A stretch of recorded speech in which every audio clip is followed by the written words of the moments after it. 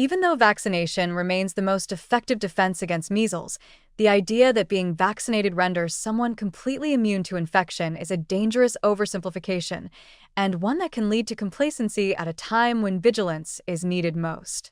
The Centers for Disease Control and Prevention (CDC) confirms that around 3 out of every 100 individuals who receive both recommended doses of the MMR vaccine can still contract the virus if exposed.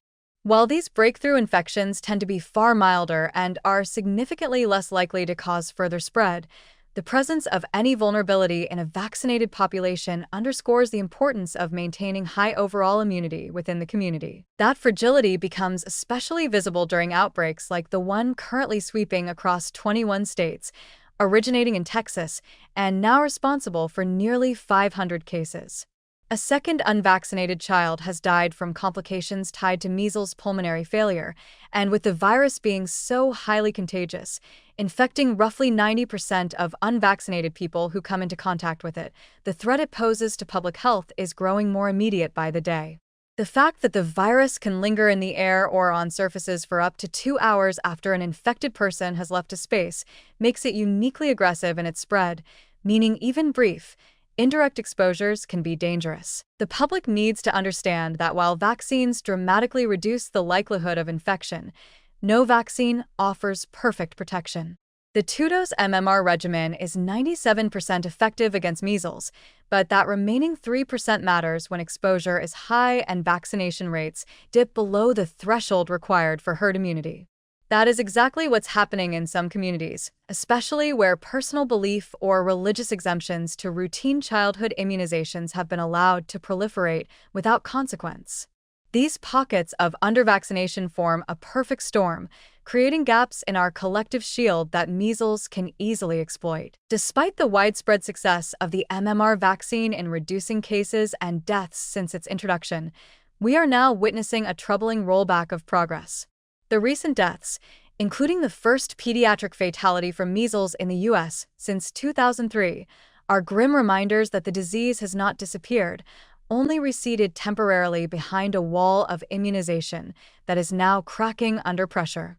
Most adults vaccinated in childhood do not need boosters, but in some high-risk environments or for individuals with unclear vaccination histories, reevaluation may be warranted. The bigger concern is not just the mechanics of individual immunity, but the cultural shift toward vaccine skepticism that is allowing once rare diseases to return with deadly consequences.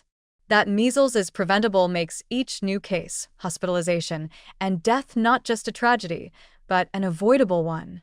And when the virus hits children, the most vulnerable population, it exposes the real cost of misinformation and complacency. It is easy to forget how devastating measles can be in an era where modern medicine feels nearly omnipotent. But this virus is not benign. It starts with what seems like a cold, fever, cough, runny nose, but then escalates. The high fever can exceed 104 degrees Fahrenheit. A telltale rash spreads across the body, and in severe cases, complications like pneumonia, encephalitis, or pulmonary failure can follow. 1 in 5 unvaccinated individuals infected with measles ends up in the hospital. This is not a mild childhood illness.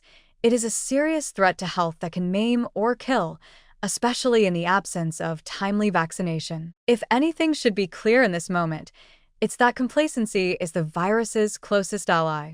The presence of rare breakthrough cases in vaccinated individuals should not be used as an argument against vaccination. It should instead reinforce how essential it is that as many people as possible are protected. Measles requires a vaccination coverage rate of around 95% to maintain herd immunity.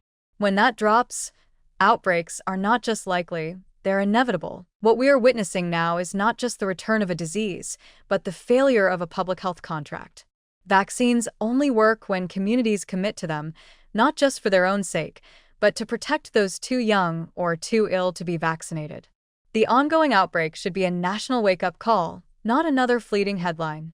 Without swift and coordinated action, more communities could suffer the same fate as the one in Texas: more preventable deaths, more suffering, more reminders of the cost of inaction.